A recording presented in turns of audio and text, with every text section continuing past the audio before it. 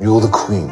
She's your dangerous baby sister. Elizabeth invited President Johnson to go hunting at Balmoral, hoping to use the opportunity to request a loan to ease tensions at home, but after consideration, Johnson declined the invitation. The U.S. ambassador to the UK grew uneasy, worried Britain might take it as a snub to the crown. The White House chief of staff cornered Johnson in the restroom, suggesting a compromise to smooth things over. Just then they spotted Princess Margaret in the papers, so they proposed inviting her to visit America, thinking maybe the princess could smooth things over. When Elizabeth heard the idea, she was momentarily speechless. Though displeased, she was the one asking for help, so she could only nod in agreement. She called her younger sister, asking her to go to Washington, and hopefully bring back a loan. Margaret flat out refused, saying she was heading to New York to support her husband's new book launch. With no other choice, Elizabeth wrote an official letter, issuing a royal command as queen. This is a duty, not an option. In the letter, Elizabeth explained the importance of the visit, and the massive crisis Britain was facing. We don't get the bailout. Once her secretary spelled out how serious the financial situation was, Margaret finally put away her personal feelings,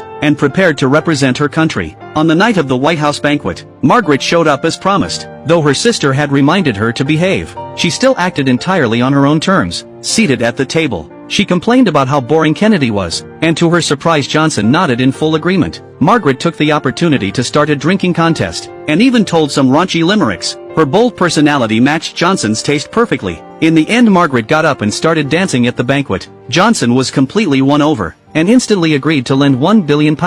Anglo-American relations warmed overnight. When Margaret returned home in triumph, crowds of citizens greeted her at the airport. Even Prime Minister Wilson came to show support. Elizabeth was deeply moved, and even considered giving her sister a medal, but Margaret politely declined, saying she would rather help carry more royal responsibility. We all desire equality. Here's the thing, we were not born equal. Yet Philip saw through the pageantry. Beneath the crown, there could only be one true ruler.